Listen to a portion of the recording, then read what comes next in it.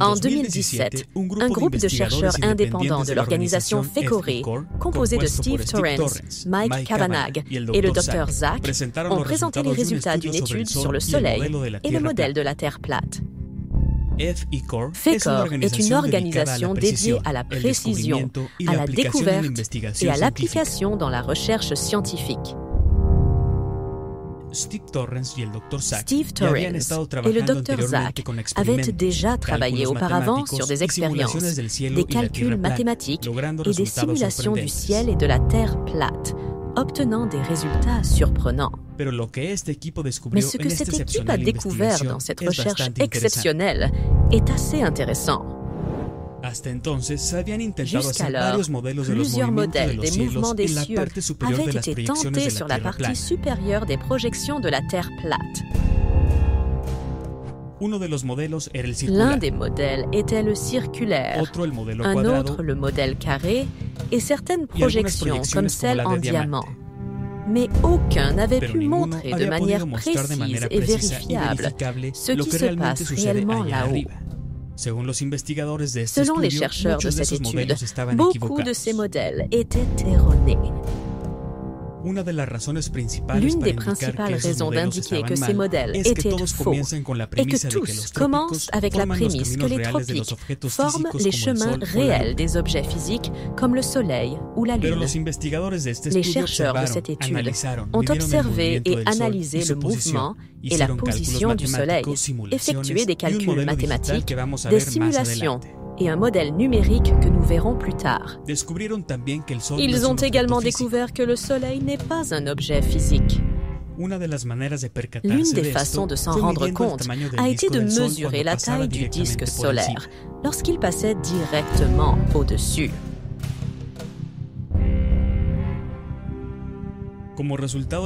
En conséquence, ils sont arrivés à la conclusion que le Soleil a un diamètre de 64 km. C'est un objet très petit comparé à la taille de la Terre.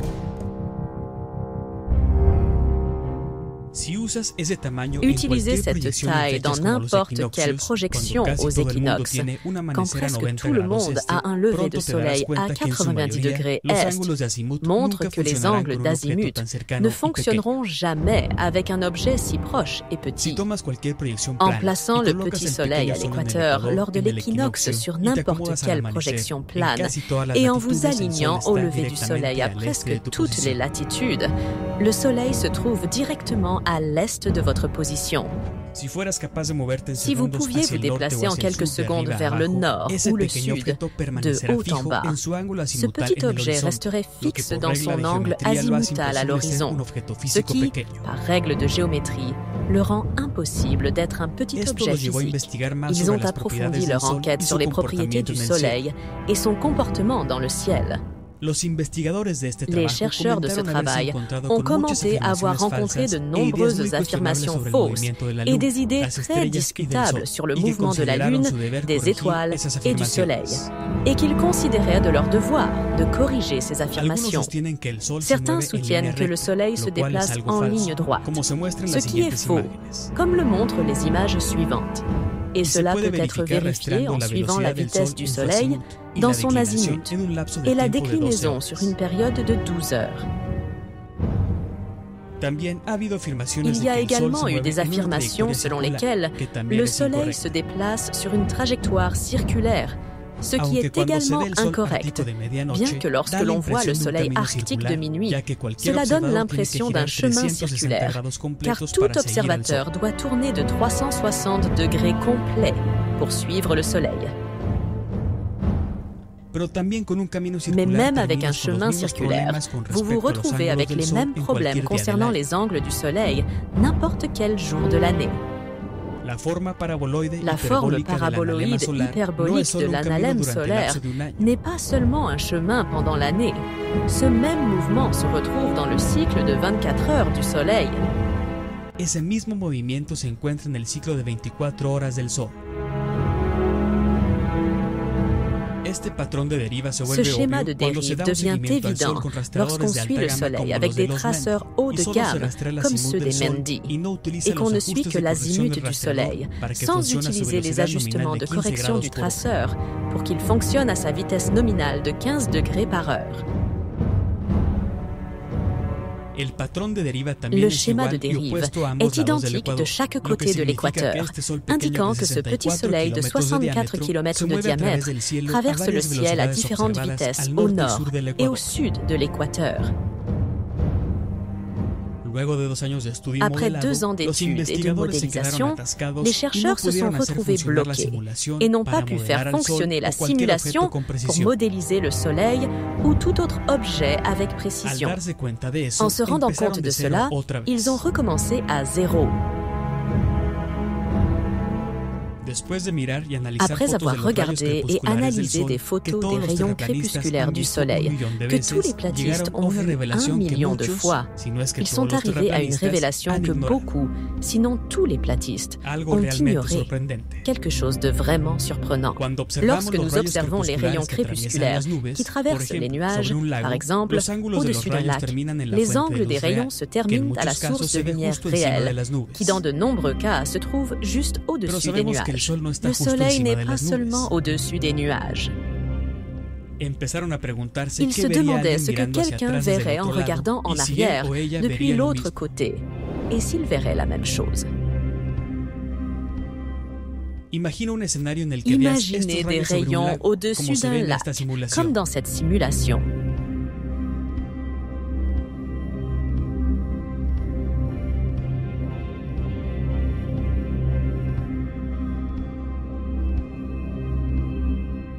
Ces rayons illuminent un point dans l'eau.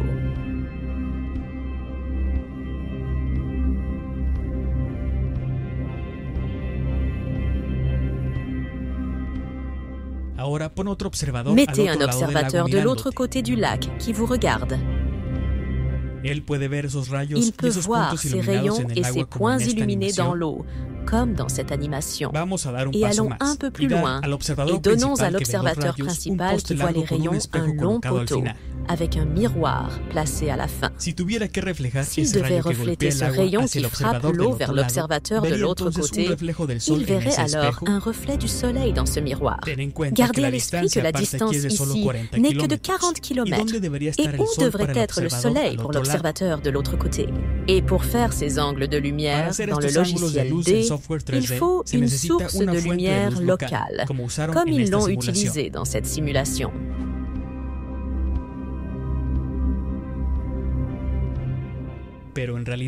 Mais en réalité, lorsque vous vous déplacez de l'autre côté du lac et que vous vous retournez pour regarder en arrière, vous aurez le Soleil dans votre dos, rendant donc impossible de voir les rayons du premier scénario ou le reflet du Soleil dans le miroir. Le Soleil n'est plus visible, illuminant le point initial dans le lac de l'observateur principal. Par conséquent, ils sont arrivés à la conclusion logique que ces rayons sont personnels pour tout observateur, car quelqu'un qui regarde en arrière ne peut pas voir la même chose en raison de sa position par rapport au Soleil. Maintenant, si ces rayons sont personnels et ne peuvent être vus par personne d'autre que l'observateur lui-même, cela indique que le Soleil est une projection personnelle ou locale objective. Cela peut être vérifié par quiconque faisant l'expérience des rayons crépusculaires du côté opposé, comme dans cette animation. Si quelqu'un se retourne pour regarder quelqu'un d'autre qui voit ces rayons, il ne pourra pas voir ni voir la même chose. Un arc-en-ciel agit de la même manière que le Soleil, étant donné que seul vous pouvez le voir à un angle spécifique, et vous ne pouvez pas le contourner, car il s'éloignera toujours de vous, et vous ne pouvez pas voir le côté opposé de l'arc-en-ciel. Un arc-en-ciel est une projection d'une source, et cette source est le Soleil. Par conséquent, le Soleil est également une projection d'une source inconnue. 2001. Ensuite, les chercheurs ont pu commencer à modéliser la trajectoire du Soleil pour chaque observateur sur Terre. Ils ont fait cela en prenant seulement une longitude, c'est le méridien 0 sur Terre. Ils ont entré les données des observations d'azimut et de déclinaison du Soleil et ont suivi l'objet solaire pour cet emplacement pendant 1 an pour chaque dixième de latitude nord et sud de l'équateur et ont simplement laissé les données suivre leur cours pendant un an. Mais le modèle est devenu si lourd avec des données et de petites lignes traceuses fines que même avec une super machine, ils n'ont pas pu obtenir le résultat. Après quelques essais et erreurs, ils ont finalement réussi à obtenir une vision claire du résultat final, même avec notre Soleil à une distance égale à l'observateur. La forme et le design ont fini par former un champ toroïdal autour de la Terre.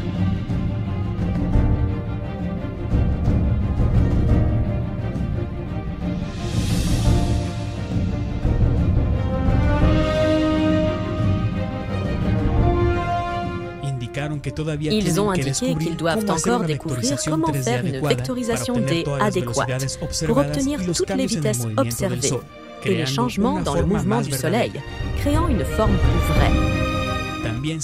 Ils ont souligné qu'il est clair, selon la recherche de Ken Wheeler en holographie magnétique, que le Soleil visible est projeté dans le champ électromagnétique du ciel. Le Soleil suit les lignes de champ magnétique qui sont uniques pour chaque emplacement sur Terre.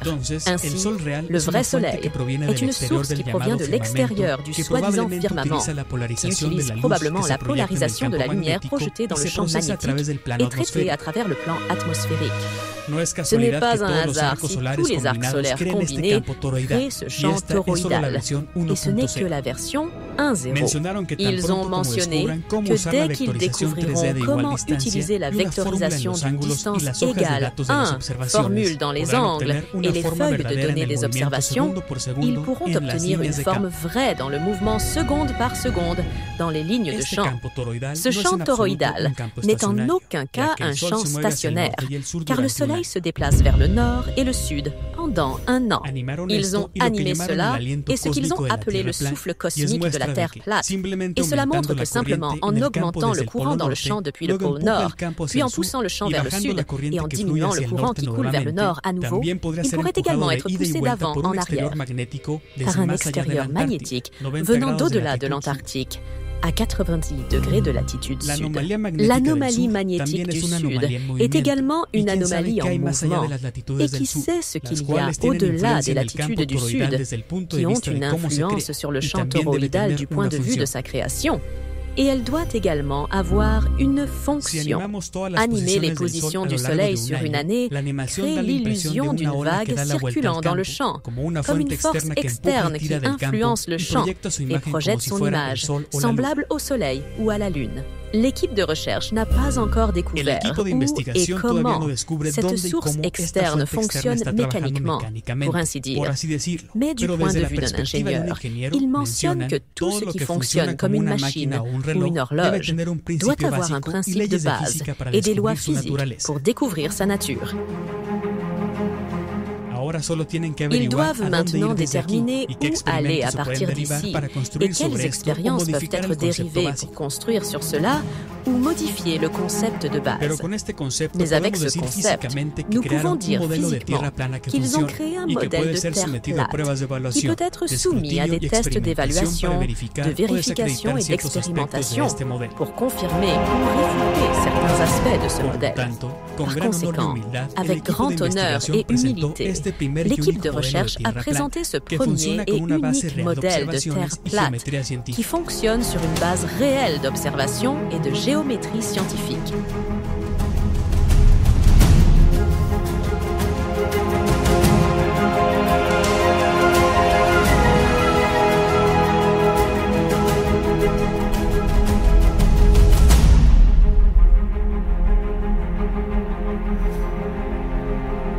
Si vous avez aimé la vidéo, abonnez-vous à Now, partagez et ne ratez pas les prochaines vidéos.